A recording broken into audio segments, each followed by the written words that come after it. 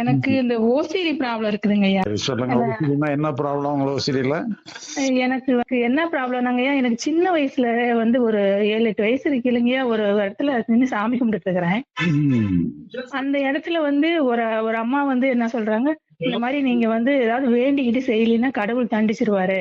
ம். அப்படின்னு சொன்னோனே ஒரு பயம் வந்துருச்சுங்கய்யா. அந்த இடத்த விட்டு நான் வந்துட்டேன். ம்.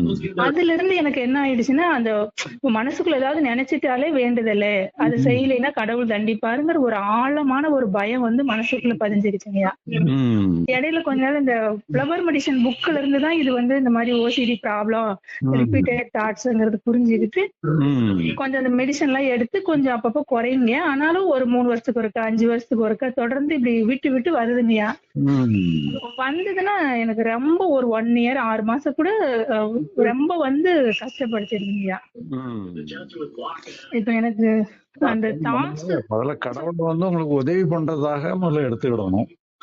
எப்பவுமே சரிங்கய்யா. கடவுள் வந்து உங்களுக்கு விரோதின்னுட்டு எடுக்கக்கூடாது. கடவுளை உங்களுக்கு உதவிகரமா தான் எடுத்துக்கிடணும். சரிங்கய்யா. முன்னோர்கள் யாராவது காலமானவங்க யாரு உங்களுக்கு ரொம்ப க்ளோஸ் ரிலேட்டிவா யாரு இருக்கா? அப்பா இறந்துட்டாருங்கய்யா. அப்பா இறந்துட்டாங்க. நீங்க அப்பாவே கூட கடவுளாவே நினைச்சுக்கலாம். சரிங்கய்யா. கடவுள் வேற அப்பா வேற இல்ல. இப்ப இந்த கடவுளா மாறிட்டாங்கல்ல. அதனால ம். கடவுள் வேற உங்க அப்பா வேற இல்ல. அதனால அவங்க சரிங்க. அப்பாவே கடவுளா எடுத்துக்கிட்டு அந்த மாதிரி எல்லாத்தையுமே அவங்க பொறுப்புல விட்டுருங்க. லாபமோ சரிங்க. நஷ்டமோ நீ இப்படி ஆயிருமோ அப்படி ஆயிருமோன்னு எல்லாம் நீங்க யோசிக்கவே கூடாது.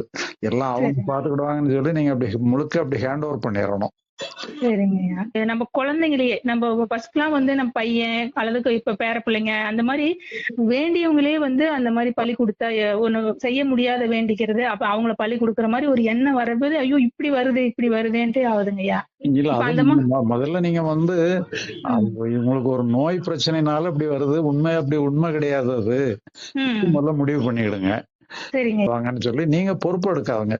சரி பண்ற வேலையை நீங்க கையில எடுத்துக்கிட்டீங்கன்னு சொன்னா சண்டை தான் வரும்.